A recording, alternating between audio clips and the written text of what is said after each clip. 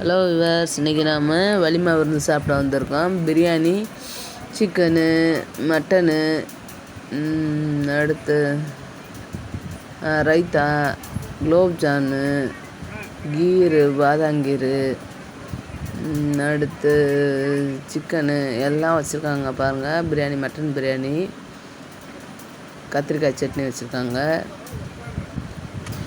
கல்யாண பிரியாணின்னு எல்லாருக்குமே ஒரு ஆவலாக இருக்குங்க. சாப்பாடு சூப்பராக இருக்கும். ஏன்னா பெரிய சட்டியில் நிறையா போட்டு கறியெல்லாம் போட்டு ஆக்கிறதுனால நல்ல டேஸ்ட் இருக்கும்.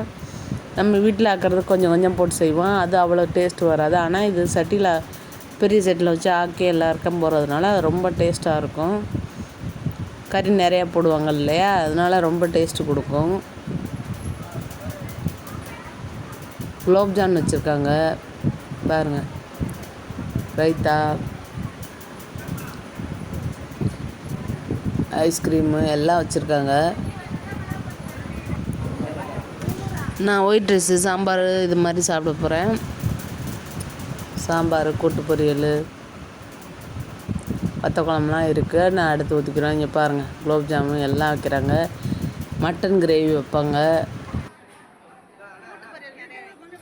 சைவம் சாப்பிட்றவங்களுக்கும் கொடுப்பாங்க. எக்ஸ்ட்ராவாக கேட்குறவங்களுக்கு சிக்கனு, மட்டன் எல்லாம் வைப்பாங்க.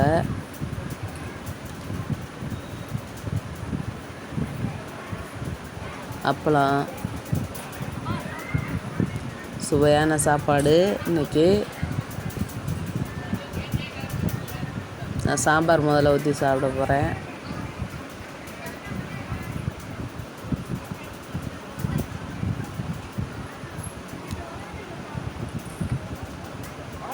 இந்த வீடியோலாம் பிடிச்சிருந்தா லைக் பண்ணுங்கள், ஷேர் பண்ணுங்கள், கமெண்ட் பண்ணுங்கள். கீர் வச்சுருக்காங்க, எனக்கும் பாயாசம் வச்சுருக்காங்க.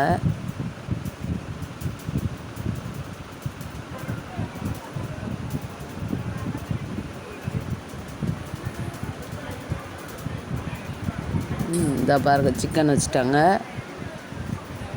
சாப்பிட்றதுக்கு, சிக்கன் சேர்த்து சாப்பிட்றதுக்கு.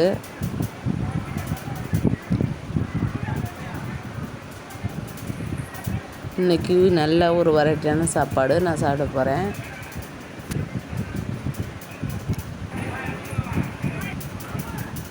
பிரியாணி சாப்பிட்டு போர் அடிச்சதுனா நான் ஒயிட் ரைஸ் சாப்பிட போகிறேன்.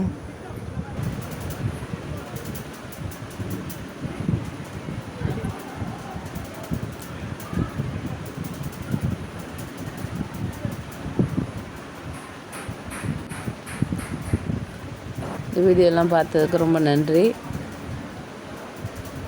பிடிச்சிருந்தா லைக் பண்ணுங்கள். இந்த பாருங்கள், மட்டன் கிரேவி வச்சுட்டாங்க, நான் சாப்பிட போகிறேன்.